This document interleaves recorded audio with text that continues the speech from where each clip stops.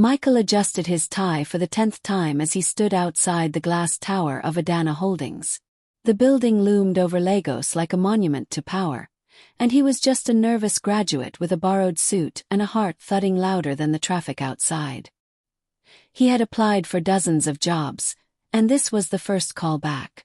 Inside, the receptionist barely looked at him as she said, "Wait. She'll see you soon." He frowned. He had expected an HR manager, not the CEO herself. But before he could ask, the glass doors of the top-floor office opened. Adana appeared. Elegant. A woman in her 40s whose presence filled the room before she even spoke. Her fitted black gown hugged her curves with authority, and her heels clicked like a metronome of command. Michael rose too quickly, nearly tripping over his chair. "Michael, right?" Her voice was low, smooth, yet sharp enough to slice through his confidence. "Yes, ma'am," he stammered. "Follow me." He obeyed. Inside her office, there were no personal photos, no warmth, just steel and glass, a throne for a queen. She sat behind her desk and gestured for him to remain standing. "You graduated top of your class, but grades don't impress me," she said, scanning his CV briefly before setting it aside. "Tell me, how disciplined are you?" "Ma'am," he blinked. "Can you follow instructions without hesitation? Can you remain loyal even when tested?" The questions rattled him. This wasn't about spreadsheets or project management. This was different. I believe so," he replied, unsure. Her eyes pinned him like a hawk fixing on prey. "Good. Then you'll do." "Wait, that's it?" he asked, surprised. Adana stood, walking around her desk slowly, her perfume lingering in the air. She stopped behind him, close enough for him to feel her presence. "When you work for me, Michael, you don't ask questions. You obey. Starting now." His throat went dry. He nodded, though his pulse raced. "Report tomorrow. 7 sharp. Don't be late," she said, dismissing him with a flick of her hand. As he walked out, his legs felt weak. He didn't understand what he had just signed up for. All he knew was that one look into her eyes had bound him, and something told him he would never leave the same man. Michael's first day began before dawn. By 6:45 a.m., he was already seated outside Madame Adana's office, sweating under the cold blast of the central AC. The other staff moved briskly, whispering his name with curiosity. "New boy." At exactly 7 o'clock, the door opened. She appeared in a blood-red suit, hair pinned in a sleek bun, lips painted the same shade as her outfit. Every step of her heels echoed like a warning. She didn't greet him. She didn't even glance at him. She simply walked inside and he followed. On her desk was a slim black leather folder. She slid it toward him without looking up. "Read," she ordered. Michael opened it. His brow furrowed. Inside wasn't a work contract but a typed document titled, "The Rules of Service to Adana." He read silently. "Always address me as Madam. Never sit unless instructed. Do not eat, drink, or leave without permission. Obedience is immediate. No questions. No hesitation." Michael's lips parted in shock. "Madam, this doesn't look like a..." Her eyes snapped up. One look silenced him.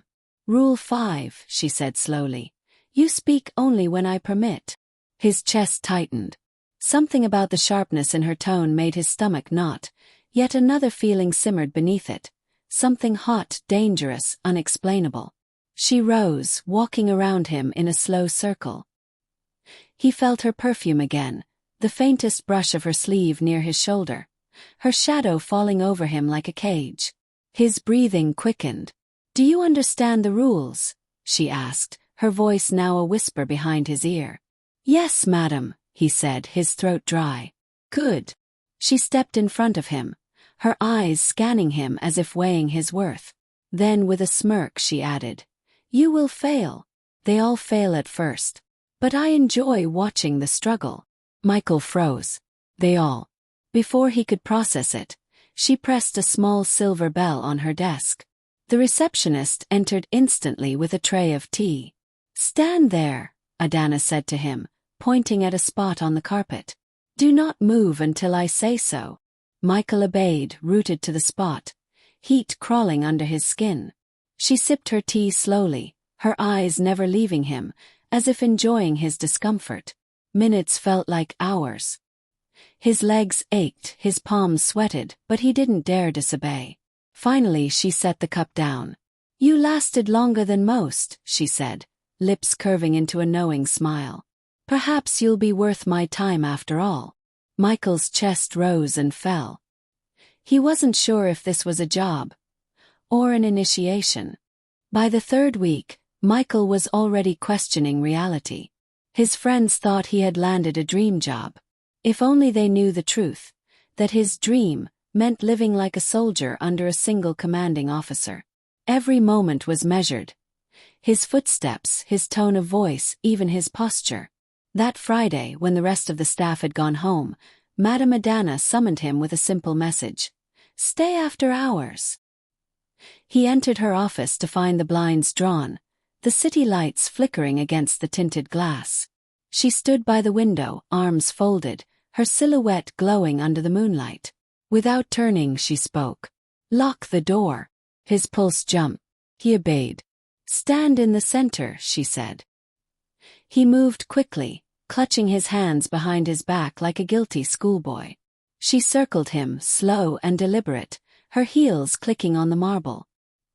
He could feel her gaze roaming over him, inspecting, dissecting, owning. She stopped in front of him, just close enough for her perfume to cloud his senses. Recite my rules. His throat was dry, but he began. Rule 1, always address you as madam. Rule 2, never sit unless. Slower, she interrupted, her voice low, commanding. He swallowed and continued, his voice trembling. When he faltered on Rule 4, she leaned in, her lips almost brushing his ear. Disobedience, she whispered, has consequences. Michael's knees wobbled. His body betrayed him, heat rushing where it shouldn't. She noticed. Her smirk returned, sharp and satisfied. Interesting, she murmured. You react well to pressure. That's useful. Then, without warning, she placed her palm flat against his chest, pushing him backward until he hit the cold edge of her desk. His breath caught. She didn't press harder, but the gesture was enough to make him tremble. You belong to me when you're in this building, she said softly. Your time, your thoughts, your body language, mine. Do you understand? Yes, madam, he whispered, ashamed of how much his voice quivered. She pulled back instantly, leaving him standing there, breathless, his skin still burning where she had touched him. She returned to her chair, opening a file as though nothing had happened. You may go. Dismissed just like that. Michael staggered out of the office into the night air, his heart racing. He didn't know if he was terrified of her or addicted already. Michael had thought the late-night test was a one-off, a strange ritual to scare him into discipline. But the following week proved him wrong. Madame Adana was a woman who thrived on rituals, and Michael was slowly becoming one of them. It started innocently. She corrected the way he placed her files, the way he walked beside her, even how he breathed when she addressed him. Every mistake was met with a sharp, cutting command that left his stomach churning with equal parts fear and fascination. One evening, when the office had emptied again, she beckoned him inside. Her desk lamp was the only source of light, throwing golden shadows across her face. Close the blinds, she ordered. He obeyed quickly, palms sweating. Now stand here. She pointed to the rug in front of her desk. Michael took his place, heart pounding. Hands behind your back. He clasped them. Chin up. He obeyed, though his throat felt tight. Good, she said, her voice smooth as silk but sharp as glass. You're learning. She rose, heels clicking softly against the polished floor. Standing before him, she reached out and tugged at his tie, loosening it slightly, her knuckles brushing his throat. He inhaled sharply, his pulse racing. You look better when you're not pretending to be a man, she said, her lips curving. Obedience suits you more than pride. Her words burned, but strangely he didn't resist. He wanted to, yet something deeper inside him craved her approval more than his dignity. She circled him again, her fingers grazing his shoulder this time, trailing down his arm as though measuring his restraint. He trembled, every nerve alert. "Still," she whispered. "Don't move." She lingered behind him, so close he could feel the heat of her breath at the back of his neck. His whole body stiffened, but he stayed rooted. Seconds stretched into eternity. Then suddenly she stepped back. "You did well," she said simply, her tone shifting back to cool professionalism. Just like that, the spell broke. "You may leave. Tomorrow we continue." Michael walked out, legs shaky, mind spinning. He realized something terrifying. Each time she commanded him, part of him resisted, but another part surrendered eagerly. And that part was growing stronger. He told himself it was still a job. He lied to his reflection each morning, smoothed his collar, and practiced the polite smile of a man who had everything under control. But control had begun to leak from his fingers like sand. That Thursday, the office hummed with the usual clatter. Michael had answered calls, arranged meetings, and carried out orders without incident. At 5, when everyone filed out, a single message appeared on his screen. "Be in my office at 9. Come alone." He arrived with his heart already thudding. The blinds were closed, the lights dimmed, and the smell of her perfume, something floral edged with smoke, wrapped around him like a challenge. She sat behind her desk in a silk robe he'd never seen her wear to work, the fabric whispering as she moved. The sight made a strange, foolish part of him ache. "Stand," she said. He did. She reached into a drawer and produced a slim black scarf. Her movements were deliberate, practiced, the way a conductor lifts a baton. She stepped close, and her fingers grazed his temple as she tied the scarf gently, then securely over his eyes. Darkness fell like a promise. "Do not move unless I tell you," she murmured. Her breath at his ear was cool. "This is a lesson in trust." He tried to count his breaths. The office sounds magnified, the soft tick of the clock, her breathing, the distant hum of generators, but sightless, the world reduced to sensation and voice. Then he felt her hand at his shoulder, firm, guiding. She guided him to the center of the rug, placed a fingertip under his chin, lifted his face. He could feel the heat of her presence before she spoke. "You will not speak unless I give you permission," she said. "You will not touch. You will feel." Minutes stretched, taut as wire. She pressed cold fingertips along his jaw, down his throat, across his sternum, mapping him like a cartographer discovering a new land. Each touch was precise, intimate, and impossible not to react to. When his muscles twitched, she smiled, soft, satisfied. "Good," she whispered. "You feel fear. You feel want. Both make you honest." Then she tested him. Small pressures.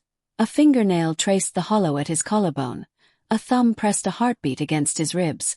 A whisper grazed his ear that made his breath hitch.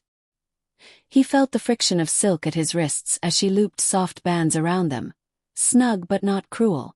Bound and blindfolded. Every command became thunderous. When he trembled, she leaned so close that he could sense the exact curve of her lips. "Beg," she commanded quietly. Heat flooded his cheeks even though she could not see. He fought, and in that fight found a truth he had tried to deny. Begging felt like admission, admission felt like release. He swallowed, voice ragged. "Please, madam." The rope of control tightened and then eased. She removed one band from his wrist, then the other, letting him taste small freedoms like a reward. When she finally untied the blindfold, the room swam into being. Her smile, sharp and unreadable, the lamp haloing her like a wary sun. "You broke," she observed, not unkindly. "And in breaking you learned." His knees nearly gave. He realized he had crossed an invisible line. The part of him that resisted had been softened, reshaped by her hands and her demands. He had been taken apart and found he did not want to be put back together the same way. As he left that night, The city lights of Lagos glittered like witnesses. He was changed, rawer, hungrier, and tethered to her in a way that terrified him. He also knew, with a clarity that felt like both doom and salvation, that he would return. The office buzzed the following week with unusual tension. Whispers followed Michael through the halls. Eyes lingered on him too long. He knew why. His closeness to Madame Adana was no longer a secret. Her calls for him after hours, her insistence that he accompany her on even the smallest errands, the way she let her eyes linger on him in meetings. It hadn't gone unnoticed. By Wednesday, the whispers had a voice. It belonged to Clara, the youngest female manager on the executive floor. Ambitious, sharp, and ruthless, Clara was known for her candor. She cornered Michael in the break room, arms folded, lips curved in a mocking smile. "You think you're special?" she asked, leaning against the counter. Michael froze. "I don't know what you mean." "Oh, please." She stepped closer, her perfume sharp, citrusy, so unlike Madame Adana's lingering musk. "You think she picked you because of your CV? Because you're brilliant?" Clara's laugh was low and cruel. "She doesn't love Jones. Haven't you heard the stories?" He swallowed hard. Clara tilted her head, studying him like he was a curious specimen. "There were others before you. Boys who thought they were chosen. Do you know where they are now?" Michael shook his head. "Broken. Fired. Gone." Her tone dropped serious now. "She chews through men like cigarettes, Michael. You burn bright, then she flicks you away." The words sank into him like poison. He wanted to deny it, but Clara's eyes carried the weight of someone who had seen too much. "Take advice from me," she whispered, brushing past him so close her lips almost grazed his ear. "Run. Before she decides you're no longer fun." For the rest of the day, Michael couldn't shake her words. Every time Madame Adana called his name, he hesitated. Every time her eyes locked on his, Clara's warning echoed louder. That evening, as he gathered his things, he noticed a file half hidden on Adana's desk. Assistant profiles. He froze. A folder filled with names, faces, notes. His fingers itched to open it. But just as his hand reached out, her voice cut through the silence. "Looking for something, Michael?" His heart jolted. She stood in the doorway, her gaze calm but razor-sharp, as though she had read his thoughts before he even moved. In that moment, he realized Clara might be right. He wasn't the first. And if he wasn't careful, he might not be the last. Michael barely slept after Clara's warning. Every thought became a war inside him. Part of him longed to run, to escape before he was discarded like the others. Yet another part, the darker, hungrier part, craved her control more than air. That Friday night, Madame Adana summoned him again. Her office was different this time. The desk cleared, the lights dimmed, the faint hum of jazz from hidden speakers filling the air. She stood by the window, her silhouette outlined by the city lights, a queen surveying her kingdom. "Come here," she said without turning. His feet moved before his mind caught up. He stopped a step behind her, close enough to feel the heat radiating from her body. "You've been doubting me," she said softly, as though she had plucked the thought straight from his skull. "I see it in your eyes. I hear it in the hesitation of your voice." Michael swallowed hard. "Madam." "Shoo." She turned, pressing a finger against his lips. The gesture silenced him instantly. Her eyes bore into his, fierce and unrelenting. "You must decide. Pride or me." Her hand slid down his chest, lingering at his pounding heart. The room felt smaller, the air heavier. "If you choose pride, walk out now and never return. But if you choose me, Michael," her voice dipped, velvet wrapped around steel, "you will submit. Entirely. No more questions. No more doubt. Only obedience." His breath came shallow. His pride screamed to resist, but his body betrayed him, leaning closer, aching for her touch. "Choose," she whispered. For a heartbeat, silence ruled. Then Michael dropped his gaze, his voice rough with surrender. "I'm yours, madam."